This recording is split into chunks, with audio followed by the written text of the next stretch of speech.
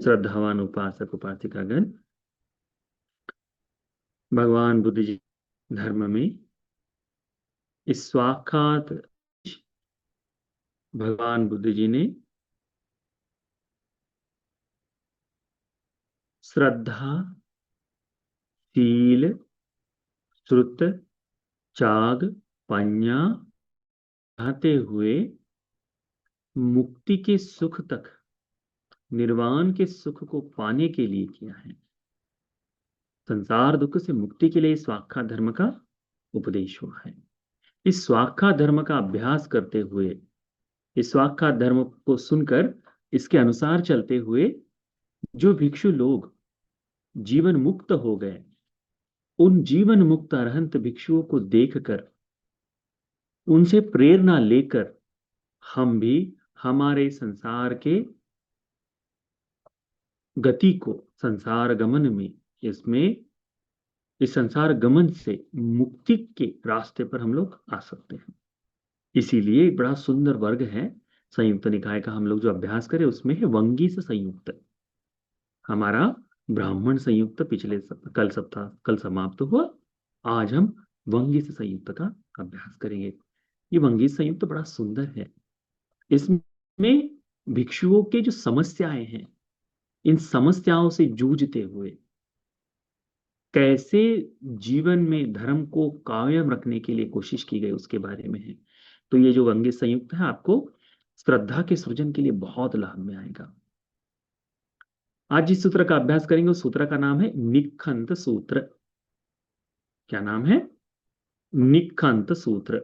निखंत यानी घर गृहस्थी को छोड़कर जो बाहर निकल गया है, उसके बारे में बताया गया यह सूत्र का उपदेश। सूत्र बड़ा सरल है, पर इसमें भिक्षुओं की समस्याएं जो रहती हैं उसके बारे में है।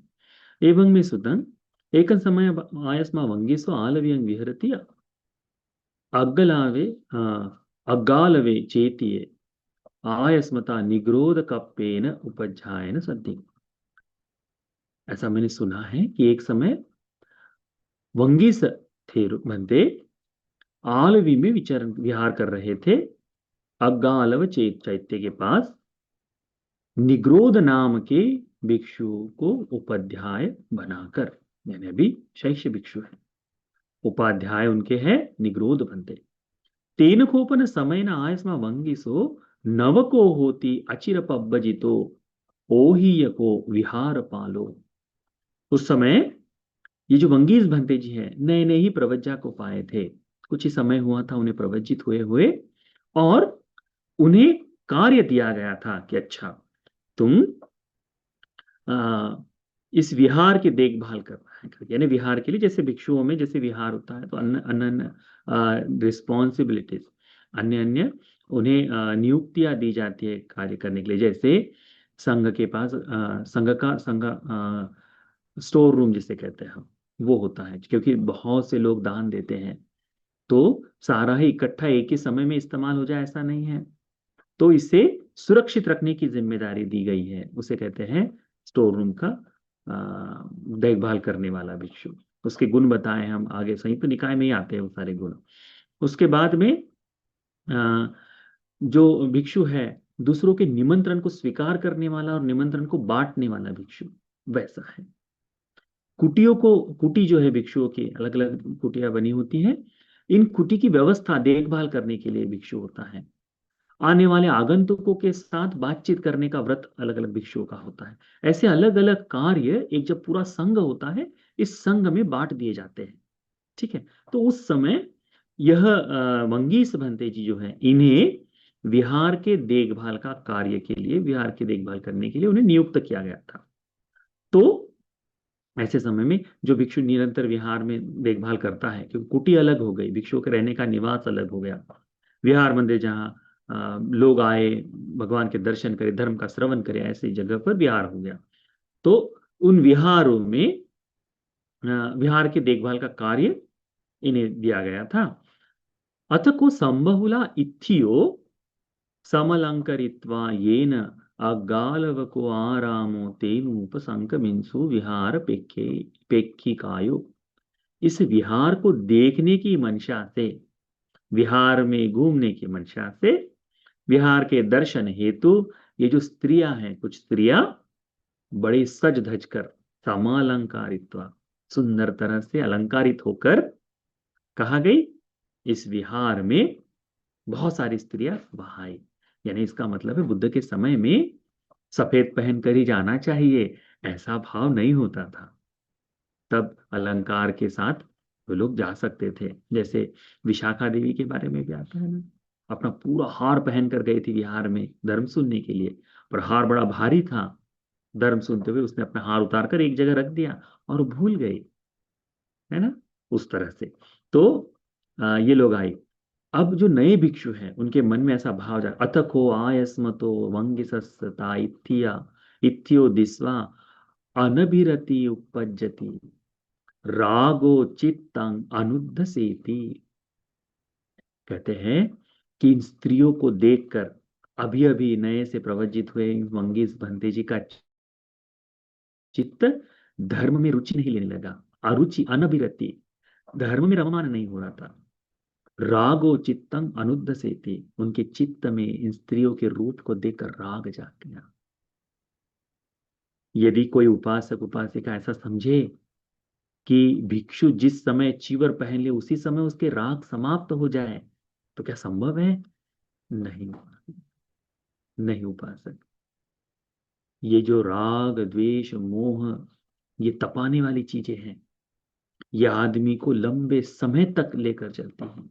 भिक्षुओं में भी वो राग होता है। इसी राग से बचने के लिए भगवान ने कुछ नियम बना कर दिए भिक्षुओं को, कि भिक्षुओं स्त्रियों के साथ ऐसा व्यवहार करो, स्त्रियों के साथ इतनी समीपता ठीक नहीं, भिक्षुनियों के साथ ऐसा व्यवहार करो, उनके साथ समीपता ठीक नहीं। क्यों? क्योंकि जो राग है कब चित्त में जाग जाए कभी कोई नहीं बता सकता। हम तो हमारे बनते कर कर प्रेम से 2 मिनट बात अधिक बात कर लेंगे, तो कहीं बता नहीं सकते ना कि उस भिक्षु के मन में कब आपकी बात को सुनकर, कब आपके साथ अधिक बात करते हुए उनके मन में राग का चित्त जाग जाए। उस राग युक्त चित्त से यदि शासन खराब हो जाए तो, है ना, कई बार हो सकता है कि आप अपने आप को भी दोषी मान सकते हैं, है ना, वो ठीक नहीं। इसीलिए एक सीमित एक सीमित संपर्क जो है भिक्षुओं के साथ वो ठीक है। भगवान के साथ जैसे हुआ करता था वैसा उतना ठीक है, उतना आवश्यक है। फिर उसके बाद जो नित्य नियम के कार्य है उसको करते रहना चाहिए। भोजन दान आदि देते समय संयम से दे दिए, बाकी सारी चीजें बातचीत। क्योंकि ये देखिए, इसमें वंगिस बनते जी, भगवान बुद्ध जी जीवित है, अरहंतों का युग है, धर्म बिल्कुल वृद्धि पर है अभी। ऐसे समय में भी वंगिस बनते जी के मन में राग का चित्त जागा। क्यों?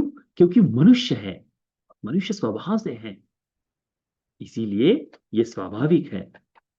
परंतु आज जैसे यानी इसमें देखो श्रद्धा का भाव जागता है हमारा, कि कैसे कोई भिक्षु इस राग के चित्त को जागने के बाद अपने आप को कैसे समझाता है, उसके बारे में है। कहते हैं अथ को आयस्मतो वंगिस सएतद होसी, जैसे ही राग का चित्त जागा, ये वंगिस भंते जी के मन में तत्काल ये भाव प्रकट हुआ। उन्होंने अपने आप को कहा, अलाभावत में, मुझे तो अलाभ हुआ है, नवत में लाभा, ये मेरे लाभ के लिए कुछ भी नहीं है। दुर्लद्धं वत में न सुलद्धं, ये मुझे जो मिला है वो ठीक नहीं, ये मुझे जो मिला है वो सही नहीं है। यस में अनभिरति उत्पन्ना, धर्म में मुझे अनभिरति जागी है, रति नहीं, अरति जागी है धर्म में, ठीक नहीं। रागो चित्तंग अनुद्ध से थी, ये चित्त राग का चित्त मुझ में घर कर गया है। तंग कुत्थेत लाभा, तो क्या मेरा लाभ हुआ। यंग में परो अनभिरतिं विनोदेत्वा अविरतिं उत्पादे, मुझे इस तरह से अपने चित्त में राग को बढ़ाते हुए रखते हुए, ये जो आसक्ति है मुझे इसे दूर करना चाहिए, दूर करना चाहिए, ऐसा भाव जागा। ये जो अभिरति जागी है, मैं इसे दूर कर दूंगा। किसके प्रति? इन स्त्रियों के रूप के प्रति। और इस अभिरति को कैसे देखे? इसको कैसे समझे, कैसे जाने, इस भाव के लिए उन्होंने अपने आप को कहा। इस तरह से इस अनभिरति को दूर करने के लिए, इसको बाहर कर देने के लिए अंगिस भंते जी उस समय इन गाथाओं को कहते कहते हैं, निखांतं वतमे वतमं संतं अनागार स्मानगारियं वितक्का उपधावन्ति पग्गब्बा कन्नतो इमं। कहते हैं कि मैं अपना इस गृहस्थ का जीवन छोड़कर इस शासन में प्रवजित हुआ हूं और सीधे चित्त के साथ, कोई ऐसा छट मोह माया नहीं, राग लाभ, लाभ के लिए नहीं, जीवन यापन के लिए नहीं, मैं धर्म के लिए प्रवजित हुआ हूं। और ऐसे समय में मुझ में इस तरह का चित्त जाग जाना ठीक नहीं है। उग्गपुत्ता महिस्सासा शिक्षिता दल्लधम्मिनो समन्ता परिकीरेस्यु सहसं अपलायन। कहते हैं उग्गपुत्ता महिस्सासा, क्षत्रिय कुल में उत्पन्न जब आ, कोई वो अपनी विद्या को धारण करता है, धनुर्विद्या को धारण करता है, शिक्षिता दल्लधम्मिनो, तो वो धनुर्विद्या को अच्छी तरह से शिक्षित करता है। और उस समय यदि उस पर युद्ध के समय में हजारों बाणों की वर्षा भी होती रही, तो ये व्यक्ति जिसने धनुर्विद्या को धारण किया है, सहस्रंग अपलायनम, सहस्त्र वर्षा, सहस्त्र बाणों की वर्षा भी होते रहे, तब भी डर कर नहीं भागता, अपलायित नहीं होता, वो डटकर सामना करता है। सचेपि एततो भीयो अगारस्मि इत्थियो नेवमं व्याधयिस्सन्ति धम्मे संहि सम्मी पतिष्ठितं।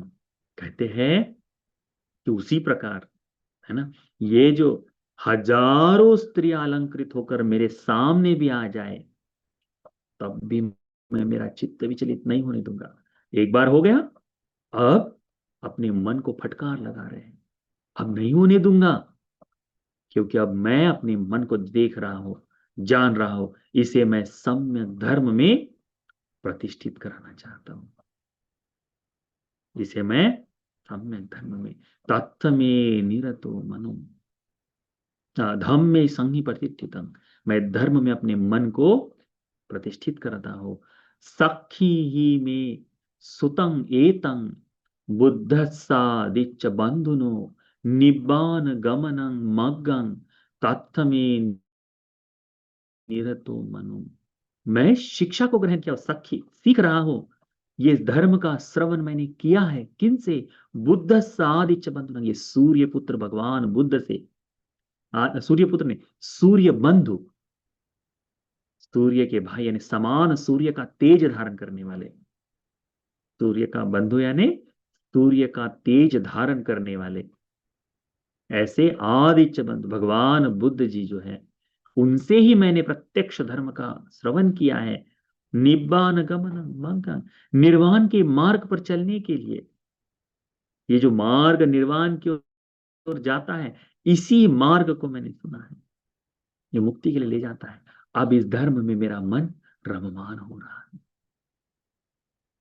देखिए कैसे कोई भिक्षु अपने मन में राग जब जागता है, तो योनिसो मनसिकार जो कहते हैं ना, ये है योनिसो मनसिकार। धर्म के अनुरूप अपने राग का चित्त दूर करने के लिए, अपने द्वेष का चित्त दूर करने के लिए, अपनी मूढ़ता को दूर करने के लिए धर्म के अनुरूप जो चिंतन करना है, वो है योनिसो मनसिकार।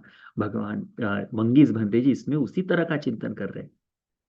यदि किसी को योनिसो मनसिकार को समझना है कि कैसे अपने आप को धर्म के अनुसार समझाए, किस तरह चलने के लिए प्रेरित करे, तो मंगेश भंते जी बहुत लाभ देंगे।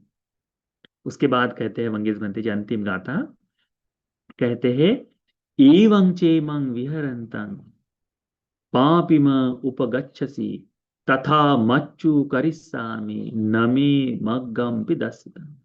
इस तरह मैं विहार कर रहा हूं, इस तरह मुझे साधना करना, मैं साधना कर रहा हूं, तो हे मार, हे पापी मार, इसमें बाधा मत बना। हम्म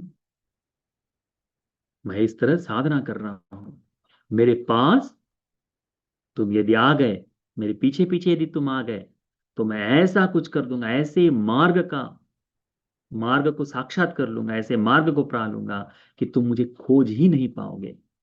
खोज ही नहीं पाओगे यानी जब तक इस वशवर्ती के राज्य में हम लोग हैं, तब तक ये हमें खोज सकते हैं। इसके परे चले जाए तो नहीं खोज सकते।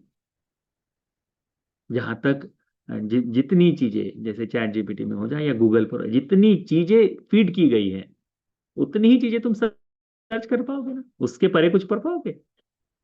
नो रिजल्ट फाउंड करके ऐसा बताएगा। क्यों? क्योंकि उसकी सीमा उतनी है अभी।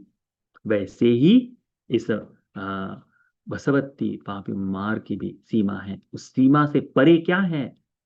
अमृत पद निर्वाण है। अमृत पद निर्वाण है। तो भगवान तो मंगेश बंती जी कहते हैं कि यदि तुम मेरे पीछे पीछे इसी तरह से आते रहे, क्योंकि राग के स्वरूप से उनका राग में चित्त हो गया ना, तो उनका चित्त से आ गया, तो मैं ऐसे मार्ग को प्राप्त कर लूंगा कि तुम मुझे खोज भी नहीं पाओगे। कितना सुंदर है! ये है योनिसो मनसिकार से, ये है धर्म में भिक्षु का रमान होना। आपसे बहुत प्रेम से बात कर लेंगे, परंतु बता नहीं सकते कब राग में चित्त जाग जाए, कब द्वेष में चित्त जाग जाए। इसीलिए उपासक उपासिका गण, थोड़ा सा भिक्षुओं के समीप रहते हुए संयम रखो। ये दुर्लभ बुद्ध शासन है। इस दुर्लभ बुद्ध शासन में अभी थोड़ा सा पुण्य बचा हुआ है हम लोगों का, जिस कारण से थोड़ा सा धर्म का अभ्यास कर रहे हैं। तो भिक्षुओं के साथ रहते समय, बातचीत करते समय, उठते बैठते समय थोड़ा सा संयम, कि अपने जीवन में इस तरह की हानि न हो पाए। इसीलिए आप लोगों ने देखा होगा अनेक भिक्षुगण अपने सामने एक पंखा पकड़ते थे। श्रीलंका देश में पकड़ते हैं, थाईलैंड में भी है वह, है ना, बर्मा में भी है वह। क्यों? कि कई ये जो भिक्षु है, अभी तो खैर सोशल मीडिया वगैरह इतना हो गया कि उससे मन भरा रहता है लोगों का, परंतु उस समय भिक्षुओं के पास केवल लोगों के साथ बातचीत में भोजन, उस समय लोगों को देखते थे, और धर्मदेशना के समय लोग आ जाते उस समय। तो इन सारी चीजों से अपने मन को दूर रखने के लिए अपने मुख के सामने छात ऐसा एक पंखा पकड़ते थे, सिंहली में उसे वटापत कहते हैं। तो उसको पकड़ते थे और उसको देखकर धर्मदेशना करते थे कि लोगों के साथ आई कांटेक्ट ना हो। आज भंते जी ने मुझे क्यों नहीं देखा, ऐसा भी सोचने वाले लोग हैं ना। ऐसा चित्त अपने बिल्कुल मन में ना आने दे। भंते जी यदि नीचे देखकर भी बात कर रहे हैं, 2 मिनट के लिए आपके साथ आपको देख लिया, इतने में ही समझ ले कि ठीक है, भिक्षु अपने अपने जीवन में अपने काम में है। धर्म से अनुग्रह करने वाला भिक्षु होना चाहिए, आपको देखकर आपको आपकी बातों को समझने वाला नहीं। ठीक है? तो इस तरह वंगेश भंते जी, चित्त राग, भिक्षुओं के मन में राग का चित्त जागता है, और इस स्वाक्षात शासन में ही संभव है इस रागमय चित्त को जागने पर। इसी तरह से धर्म का अभ्यास करने वाले भिक्षुगण हैं। जब एकांत में अकेले में ये सब नहीं कर पाते ना भिक्षु लोग, तब संघ सहायक बनता है, तब गुरुजन सहायक बनते हैं। भिक्षु जाकर अपने से बड़े भिक्षु के पास बताता है कि बनते, मेरे मन में ये राग का चित्त जाग रहा है, मैं कोशिश कर रहा हूं इसे दूर करने की, अब क्या करूं? कोई ना कोई अनुग्रह करे, धर्म का उपदेश करे। और देखा गया है वास्तव में ऐसा होता है। भिक्षु लोग उसे धर्म से अनुकंपा करते हैं, अनुग्रह करते हैं। भिक्षु देखो, ये कथाएं हैं, धर्म की कथाएं करते हैं। और देखते ही देखते जब उसका मन धर्म में, क्योंकि जिस कारण से घर छोड़ा है वो कारण ज्यादा श्रेष्ठ है, तो धर्म की कथा सुनते ही उस भिक्षु के मन में, अरे ये तो तुच्छ भाव मेरे मन में जागा है, तुच्छ भाव मेरे मन में जागा है, ऐसा हो जाता है। तो देखो ये मंगेश बंते जी की शिक्षा, मंगेश बंते जी का ये चित्त, मंगेश बंते जी का इस तरह से उपक्रम हम लोगों के लिए प्रेरणा बनना चाहिए। आज भी ये स्वाक्षात धर्म का शासन है, स्वाक्षात धर्म देशना है, और आज भी ऐसे ही वीर्यवान भिक्षुगण इस शासन में हैं। इनकी सुरक्षा की जिम्मेदारी भी हमारी है, और इनका वीर्य देखकर, इनका इस तरह से उत्साह देखकर, धर्म का अभ्यास करना देखकर हमारे लिए श्रद्धा ही जागनी चाहिए।